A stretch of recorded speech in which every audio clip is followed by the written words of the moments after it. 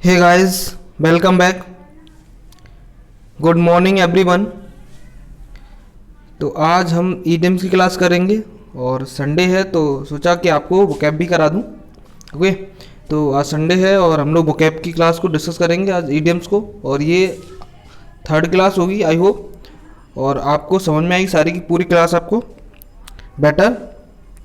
और आप एक काम करिएगा, देखो नोट करते रहिए और ध्यान से समझिएगा। देखो ट्रिक के अकॉर्डिंग का मतलब मैं आपको डिटेल में समझा दूंगा, जैसे आपको लॉन्ग टर्म टाइम तक आप याद रख पाओ इसको। ओके, तो आप ध्यान से समझिएगा और सुनिएगा। मैं आपको बता रहा हूँ, आप लिटरली बता रहा हूँ भाई मेरे, आप लॉन्ग टाइम तक याद रख सकते हो इसमें, है ना। बस आप ध्यान से सुनते रहिए और समझ लीजिएगा सारी इडियम्स को। आपको एक बार रिवीजन करने की जरूरत है, बस आपको 30 के 30 idioms tip of the tongue याद रहेंगे। Okay, now start. तो फर्स्ट इडियम से हमारा देख लीजिएगा, out of the boats. Out of the boats, देखो बोट्स का मतलब जंगल होता है ना, बोट्स का मतलब क्या होगा, जंगल होगा। अब आप जंगल से बाहर हो, कहाँ से बाहर हो, जंगल से। जंगल से कोई बंदा बाहर है तो क्या है, वो फ्री फ्रॉम डिफिकल्टीज, मतलब मुसीबत के बाहर हो। होता नहीं, जब से आप जंगल में फंस गए हो तो जंगल में फंस गए हो मतलब परेशानी में आई हो, है ना। जंगल में हो तो परेशानी हो, सिंपल सी बात है। और लेकिन मैंने बोल क्या दिया, आउट ऑफ द बोट्स। अब वो क्या है, जंगल से बाहर है। तो जंगल से बाहर है मतलब क्या हो गया, वो खतरे से बाहर है, वो प्रॉब्लम से बाहर है, समस्या से वो निकल चुका है। आई होप आपको समझ आ गया हो ना। आउट ऑफ द बोट्स तो जंगल से बाहर है मतलब, तो जंगल से फ्री फ्रॉम डिफिकल्टीज, तो परेशानियों से बाहर हो गया, मुसीबत से बाहर है, मुसीबत से बच गया है, तो हम लोग बोलते हैं आउट ऑफ द बोट्स। मैंने बोला he is out of the boats, तो अब जंगल से बाहर है मतलब वो मुसीबत से बच गया है। क्लियर है। नेक्स्ट देखिएगा, इन ब्लैक एंड व्हाइट। मैंने क्या बोला, इन ब्लैक एंड व्हाइट। काफ़ी बार आपने देखा होगा लोग बोल देते हैं ना, ऐसा कर दो ऐसे कर दो, तो उन्होंने बोला जो भी आपने बोला है मुझे क्या चाहिए, रिटन चाहिए, मतलब लिखित रूप से चाहिए। लिखित रूप से दे दो स्टेटमेंट तो मैं ऐसा कर दूंगा। ओके, तो इन ब्लैक एंड व्हाइट का मतलब हो जाएगा इन राइटिंग, मतलब जो भी आपने बोला है वो मुझे कैसे दे दो, लिखित में दे दो, तो मैं इनको लीव कर दूंगा, छोड़ दूंगा। आई होप समझ पा रहे हो कि नहीं। तो ब्लैक एंड व्हाइट में दे दो मतलब क्या कर देना, ब्लैक एंड व्हाइट में लिखित रूप से दे देना। ब्लैक एंड व्हाइट में दे देना मतलब लिखित रूप से, लिखित रूप से दे दो तो क्या कर देंगे, तो उसे लीव कर दूंगा, छोड़ दूंगा, है ना। तो यहाँ पे आप समझ पा रहे हो ब्लैक एंड व्हाइट का मीनिंग क्या हो जाएगा, इन राइटिंग, है ना, इन राइटिंग, लिखित रूप से। नेक्स्ट देखो, डाइस विद डेथ। डाइस के साथ डेथ, है ना। डाइस आपने देखो गेम में खेलते हो ना, गेम में डाइस होता है, उसे बोलते हैं हम लोग डाइस। तो डाइस के साथ डेथ, मतलब डेथ के साथ क्या है, डाइस है, तो मतलब क्या हो जाएगा, टेक सीरियस रिस्क, कि कोई बहुत गंभीर रिस्क को ले लेना, है ना। कोई बड़ी रिस्क को ले लेना, उसे हम लोग बोलते हैं डाइस। डाइस विद डेथ, तो डेथ है तो समझ जाइएगा, डेथ है, डू एंड डाई वाला है, जो भी आप समझने की कोशिश करो तो आपको आई होप याद रहेगा, कोई बड़ी बात बिल्कुल नहीं है।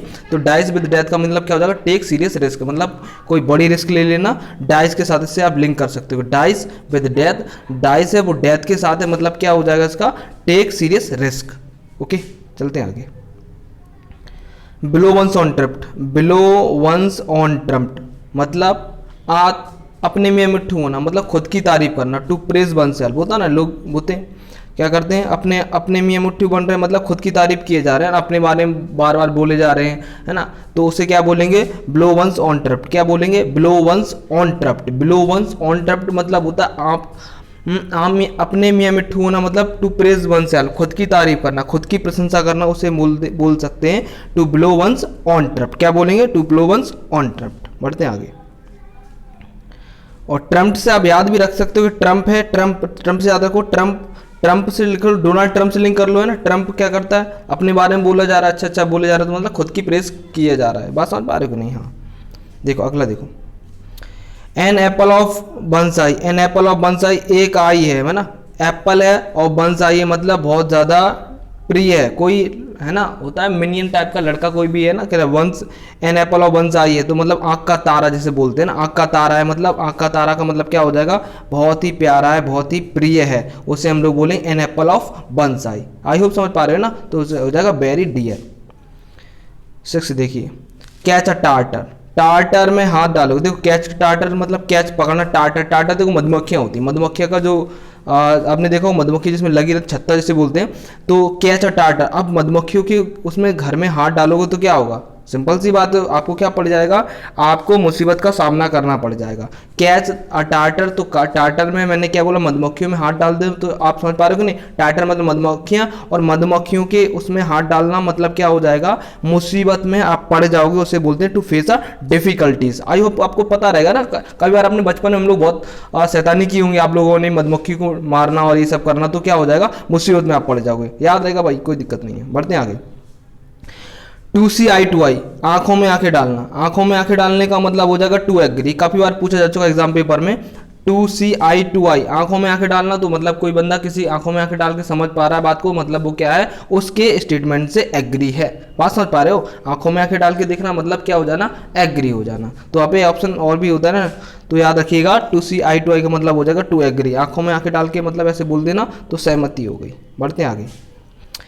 अगला नेक्स्ट है die in the last ditch. Die in the last ditch, ditch मतलब लास्ट प्रयास तक, die in the last ditch मतलब हो जाएगा लास्ट समय तक लड़ना, लास्ट सांस तक लड़ना, लास्ट सांस तक हार ना मानना, मतलब अंतिम समय तक। बात समझ पा रहे हो, तो पढ़ते पढ़ते आप लोग स्टडी करो, पढ़ते पढ़ते मर जाना, मतलब क्या हो गया भाई, लास्ट मोमेंट तक कोई भी काम को करना, कहाँ तक, लास्ट मोमेंट तक। डाई डिस्परेटली डिफेंडिंग समथिंग, या die fighting to the last extremity, है ना, तो लास्ट टाइम तक लड़ते रहना, है ना, लास्ट टाइम तक लड़ते रहना, अंतिम समय तक लड़ते रहना, अंतिम सांस तक लड़ते रहना। ओके, तो उसे बोलते हैं हम लोग die in the last ditch. Okay, तो लास्ट समय तक प्रयास करते रहना, कंटिन्यू बरकरार रखना, तो उसे बोल सकते हैं पढ़ते पढ़ते चाहे किसी की डेथ क्यों ना हो जाए, तो लास्ट समय तक, लास्ट मोमेंट तक वो लगा रहा उसके उसमें किसी वर्क में करने में, किसी काम को, तो उसे हम लोग क्या बोल सकते हैं, die in the last ditch. क्या बोल सकते हैं, die in the last ditch. I hope आपको समझ आ रहा हो तो याद कर लीजिएगा। अगला देखिए next, dig in your heels. इसको कैसे याद रख पाओगे आप, डिग इन योर हील्स।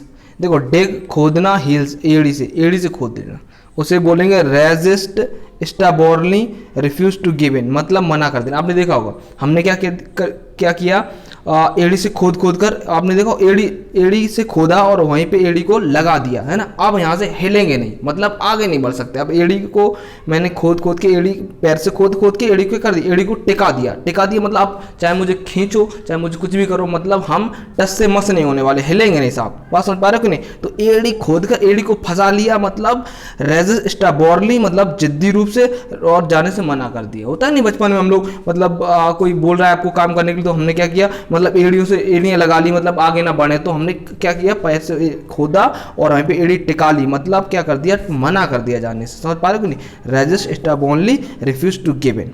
समझ में आ रहा होगा ना। बढ़ते हैं आगे।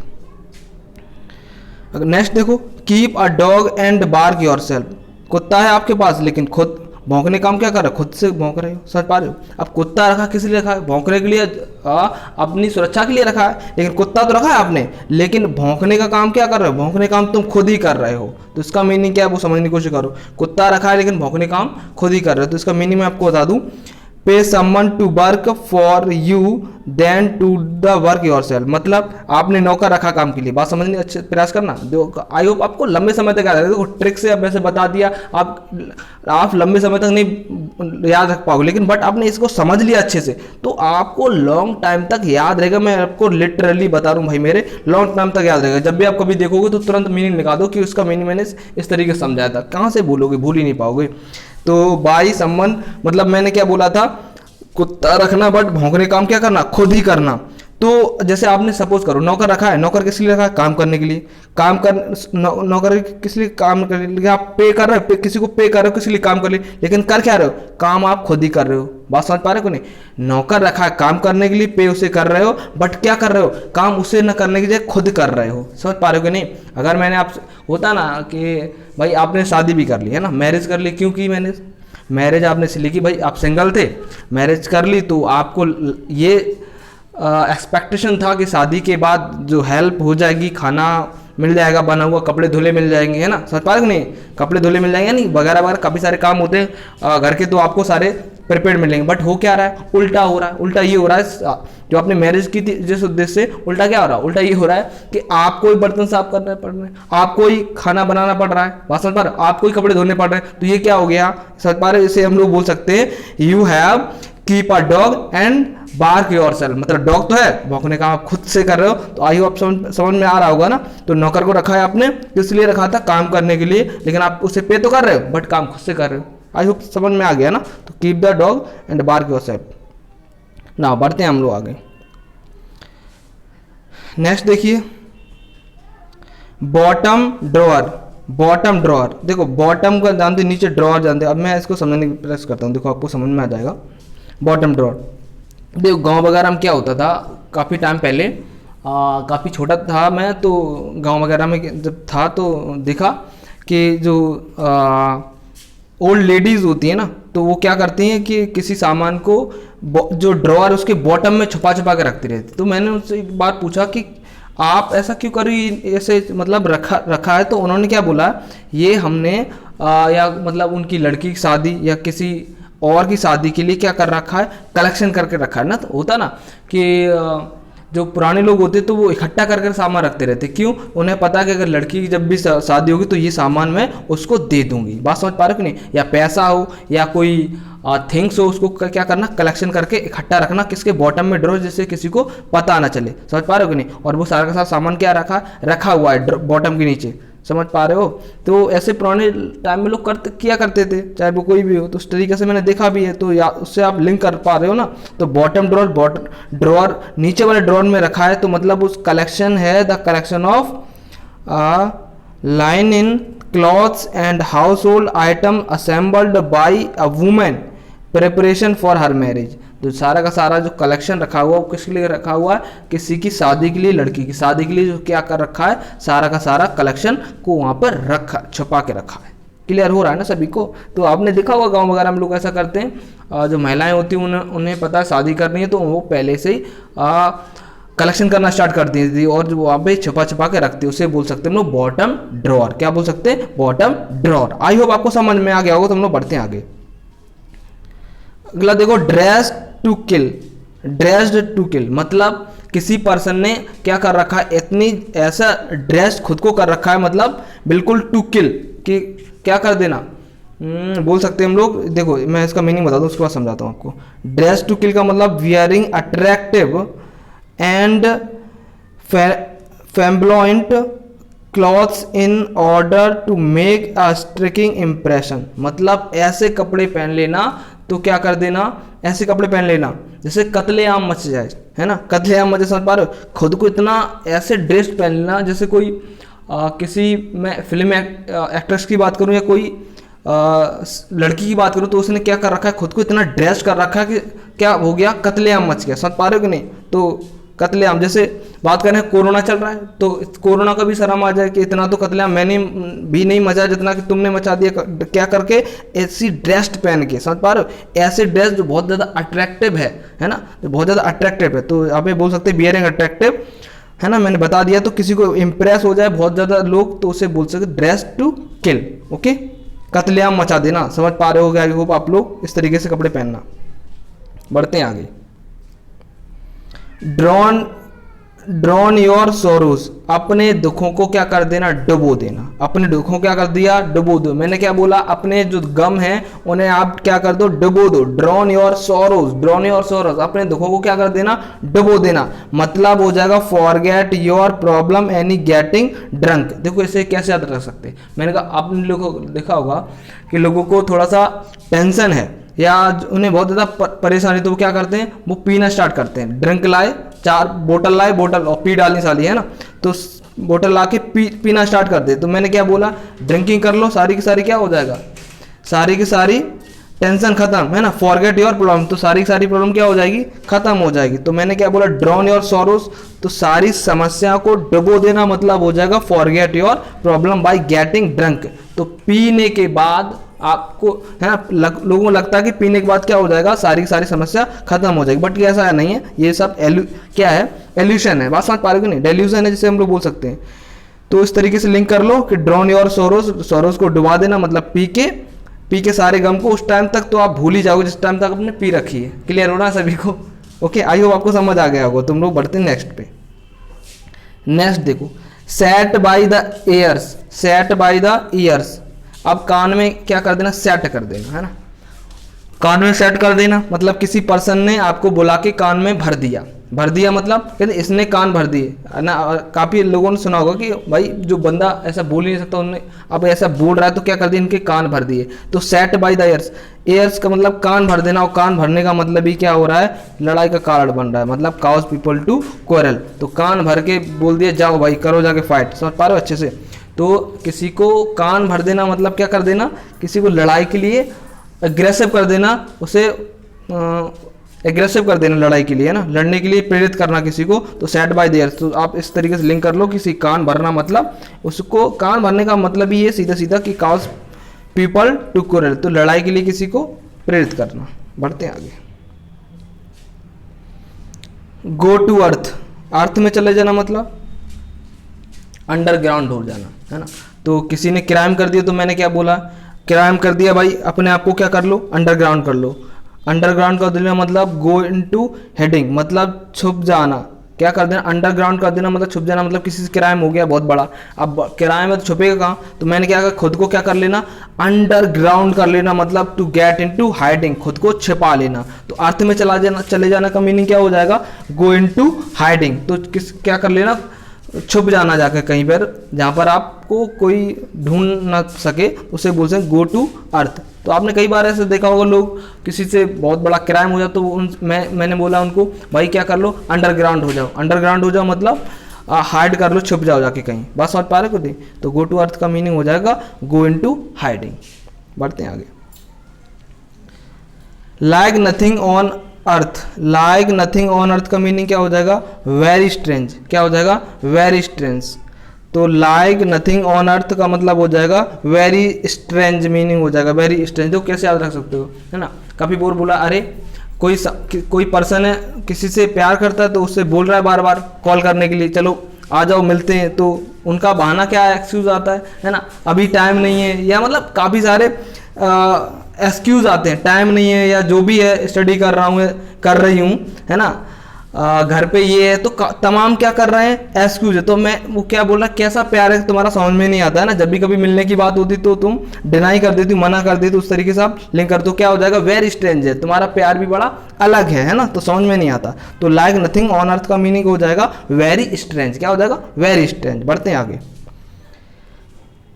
नेक्स्ट देखो, ले अ फिंगर ऑन, ले अ फिंगर ऑन। देखो ले अ फिंगर ऑन कैसे याद रख पाओगे आप, मैंने कहा उंगली भी टच कर दी ना आपने, तो क्या हो जाएगा, कत्लेआम मच जाएगा। तो फिंगर भी किसी ने टच किया तो ऐसा हो जाएगा। तो मैं कहा उंगली भी तुम्हारे कोई लगा के देखे तो मैं उसे बताऊं मतलब उसे मतलब जो भी करना हो, मतलब पनिश करना हो, तो फिंगर भी कोई लगा दे तो कत्लेआम मचा दूंगा। तो मतलब कोई उंगली भी टच करके दिखाए तुम्हें, समझ पा रहे हो नहीं। तो ले अ फिंगर का मतलब हो जाएगा उंगली टच करना, मतलब someone usually with the intention of farming them. तो किसी को हार्म पहुंचाने के लिए उंगली टच की है ना। उंगली टच करने का मतलब क्या होगा, किसी को हार्म पहुंचाने की कोशिश करना, है ना। तो आपने बाहुबली में देखा होगा ना, तो देवसेना क्या करती है, उसकी उंगली काट देती है। तो बाहुबली कहता है तो तुम उंगली काटी, तो उससे कहता है वो उंगली काट के गलत किया, काटना चाहिए था गला। तो क्या कर देना, मैंने कहा अगर टच भी कर देगा तो क्या कर दे, कत्लेआम मचा देना, है ना। तो कत्लेआम मचा देना मतलब मैं कहा उंगली भी लगा दी, तो ये ऐसे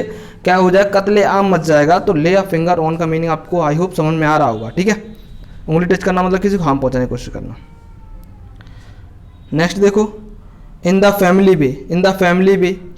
अब आपको पता है अभी आप सिंगल हो, है कि नहीं, सिंगल हो, और फैमिली, अब आप मैरिज करोगे तभी तो फैमिली होगी, और तब फैमिली होगी, और फैमिली होगी कैसे वो आपको समझ में आ रहा है ना भाई मेरे, बाकी आप समझदार हो।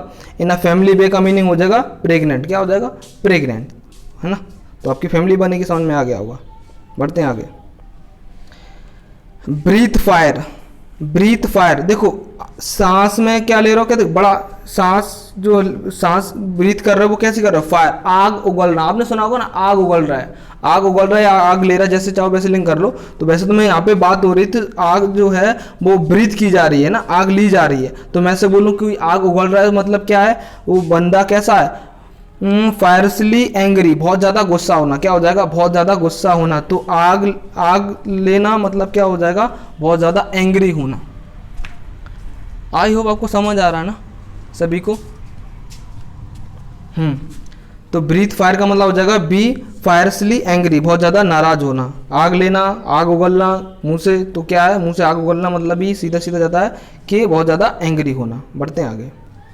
कैच फायर, आग, कैच फायर का मतलब हो जाएगा बिगिन टू बर्न, मतलब आग लग जाना, है ना। कैच फायर मतलब इजी है, आग लग जाना। बढ़ते हैं आगे। ए friend at court, A friend at court, तो फ्रेंड है वो कहाँ पे, कोर्ट में। कोर्ट मतलब जो आपने पहन रखा, कोर्ट में फ्रेंड है, तो मतलब ऐसा पर्सन जो आपको आपकी हर जगह हेल्प करे, मतलब आपके ना होने पर भी आपकी जगह काम कर दे, है ना। आपको प्रोग्रेस में सपोर्ट करे, समझ पा रहे, आपके प्रोग्रेस में, आपके काम में सपोर्ट करे। तो मैं कहा ऐसा फ्रेंड है मेरे पास, a friend, I have a friend at a court, तो फ्रेंड कहाँ, कोर्ट में है। तो मतलब ऐसा फ्रेंड अगर मेरे ना होने पर भी मेरा काम कर देगा या मुझे थोड़ा सा सपोर्ट करेगा प्रोग्रेस करने में, है ना, तो उसको बोलेंगे अ फ्रेंड अ कोर्ट। तो यहाँ पे देखिएगा मीनिंग क्या लिखा है, a person in a position to use influence on your behalf, मतलब एक ऐसा पर्सन जो आपकी जगह आपका काम कर सकता है, आपकी हेल्प कर सकता है, उस पर्सन को क्या बोलेंगे, अ फ्रेंड एट कोर्ट। तो ऐसे फ्रेंड होना चाहिए जो आपका आपके ना होने पर भी आपका काम कर दे, तो आपका सपोर्ट करे आपके किसी भी वर्क में, तो उसे बोल सकते हैं हम लोग अ friend a court, a friend eight court. I hope आपको समझ में आ गया होगा। तो हम लोग आगे बढ़ते हैं। To move heaven and earth, कहाँ से कहाँ तक, अर्थ से लेके हेवन तक जाने का काम कर रहे हो, है ना। हेवन से अर्थ तक जाने का काम कर रहे हो, तो सिंपल सी बात है, हेवन और अर्थ में काफ़ी डिफरेंट है। मतलब आप क्या कर रहे हो, आप हर प्रयास कर रहे हो, हर संभव प्रयास कर रहे हो, अपना जी जान लगा रहे हो। हेवन और अर्थ, हेवन और अर्थ मूव कहाँ से कर रहे हो, to move heaven and earth, heaven और अर्थ में मूव कर रहे हो, उसका मतलब क्या हो जाएगा, टू मेक ग्रेट एफर्ट, पूरा जी जान लगा देना, पूरा खुद को झोंक देना, पूरी दम लगा देना। समझ पा रहे हो कि नहीं। तो किसी भी काम में इस तरीके से करोगे तो कोई भी आपको टारगेट अचीव आप कर सकते हो इजीली। तो आप समझ पा रहे हो, to move heaven and earth का मीनिंग हो जाएगा टू मेक ग्रेट एफर्ट, किसी काम में बहुत पूरा एफर्ट लगा देना, पूरी जान लगा देना। बढ़ते हैं आगे। No avail, no avail, no avail का मीनिंग क्या हो जाएगा, नो अवेल, अरे आपने कोई वर्क किया लेकिन उसका रिजल्ट तो मिला ही नहीं, है ना। नो अवेल, कोई लाभ नहीं मिला। होता नहीं, कई बार हम लोग ऐसे वर्क करते हैं जो काम तो किया लेकिन लाभ तो उसका मिला ही नहीं है, मतलब हो जाएगा विदाउट एनी रिजल्ट, बिना किसी रिजल्ट के, मतलब जो भी क्या total waste. No avail, no avail का मीनिंग हो जाएगा without any result. Okay, I hope आपको समझ में आ गया होगा। तो नो अवेल मतलब कोई लाभ नहीं उठा पाया, मतलब जो भी आपने लाइफ में किया है, कोई अचीवमेंट अचीव नहीं किया है, मतलब किसी कोई जो भी आपने वर्क किया उसका कोई रिजल्ट नहीं है, सब बेकार हो गया। ओके, उसे बोल सकते हैं no avail.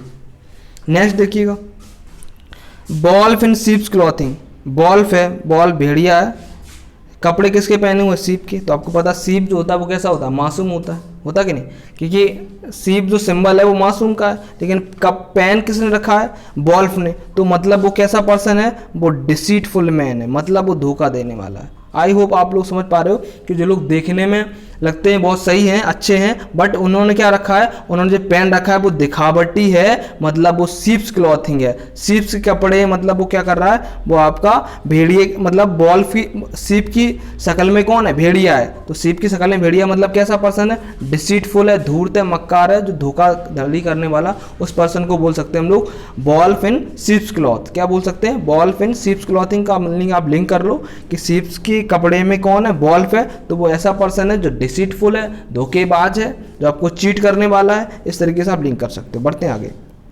To plough the lonely furrow, to plough the lonely furrow का मतलब, प्लो मतलब जोतना, लॉनली मतलब अकेले।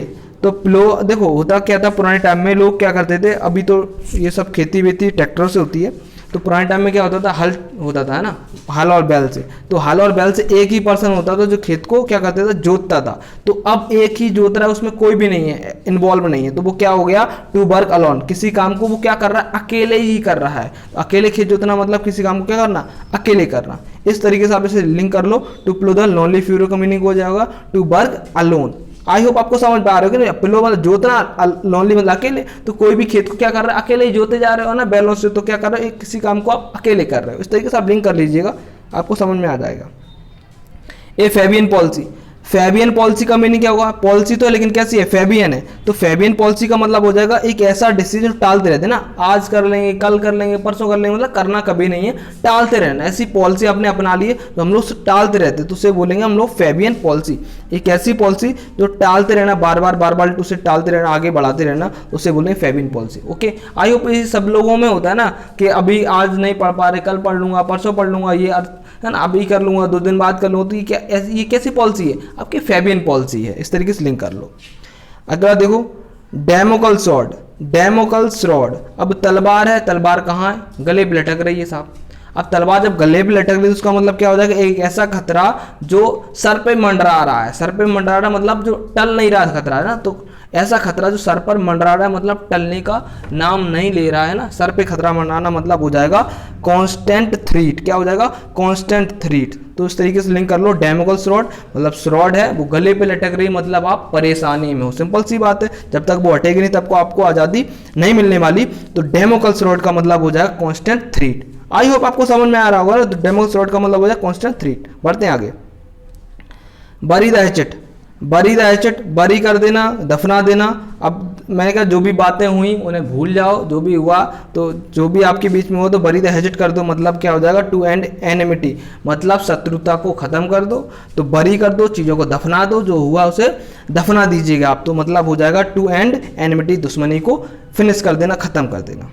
नेक्स्ट देखो जल्दी से, snake in the grass, snake है कहाँ पर, ग्रास में। अब ग्रास में स्नेक तो दिखाई नहीं दे रहा ना आपको, स्नेक के स्नेक जो है वो ग्रास के अंदर दिखाई नहीं दे रहा, मतलब छिपा हुआ शत्रु है जो आपको नहीं दिखा। आपने सुना लोग बोलते आस्तीन का सांप है, तो आस्तीन का सांप मतलब आस्तीन में ही सांप है तो आपको नहीं पता चल रहा है ना, तो स्नेक इन द ग्रास मतलब हो जाएगा सीक्रेट एनिमी, मतलब छिपा हुआ शत्रु, या बोल सकता हूँ मैं हिडन एनिमी, सीक्रेट नहीं, हिडन एनिमी छुपा हुआ शत्रु, वो क्या हो जाएगा, स्नेक इन द ग्रास। इस तरीके से लिंक कर लो।